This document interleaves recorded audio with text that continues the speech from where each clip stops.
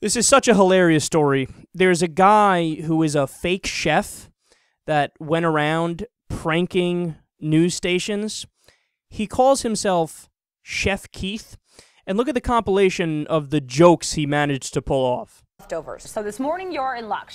Chef Keith Gerke is here, author of Leftovers Right, making a winner of last night's dinner. I'm self-taught. I did not go to culinary school, and I'm kind of unorthodox. People compare. Are you familiar with G.G. Allen? Do you know? Can't say I am. Tell me more. Okay. How about a mashed potato ice cream cone? What do you think about that? That's fun. All right. You put a little scoop of gravy. It can be room temperature because your hand kind of warms it up. Okay. It's like a drumstick almost, you know, like one of those frozen things. Oh, yeah. And you just put in some of this. There's that statistic that around the holidays, around Christmas, especially between Thanksgiving and Christmas, one of the highest suicide rates. And I think part of that is because of the stress of what are you going to do with these leftovers. This is not vegetarian. I recently went vegetarian, so some of the recipes in here aren't vegetarian. It's fine. Okay. For me, it's like part health reasons, but then also you read things like the average person eats like 1.5 pounds of feces a year. Yeah, that's really No, strange. thank you. There's a Judas Priest song called A Turbo Lover. Well, I call this Turbo Gravy. It's a spoof on that, and it's basically taking gravy to the next level. Why don't you give me a hand here? This is what you do. You're basically just going to put like some of your ham in here. Well, let's put all of it in. I want you to just scoop a little bit of the pumpkin pie. Try not to get the crust in too much. And I'm going to put in a little extra corn here. Okay. And then even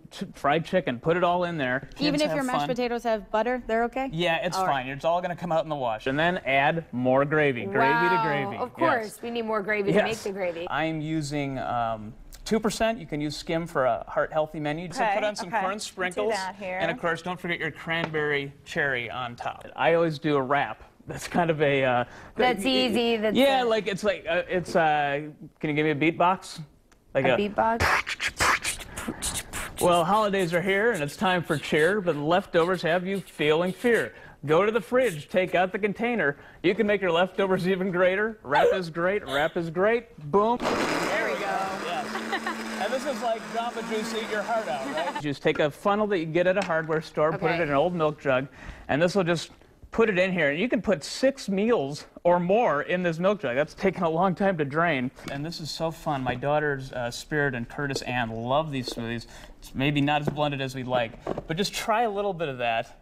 But I can show you, you have a finished milk jug here. Oh, and the fat does go to the top, so you got to give it a good...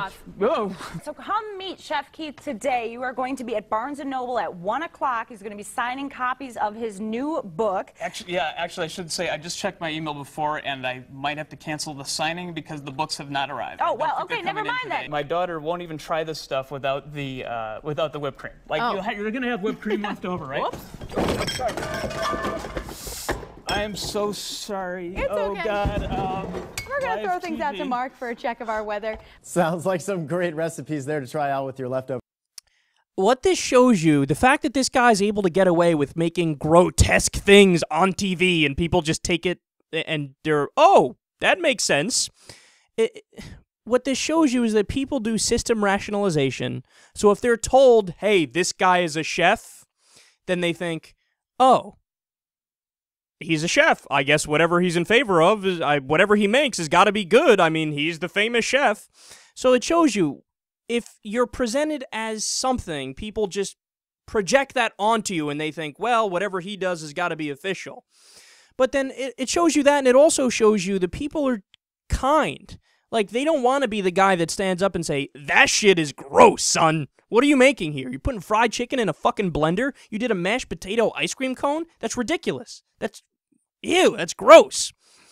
So it's a hilarious prank, and it actually shows you a little something about human psychology, which is interesting.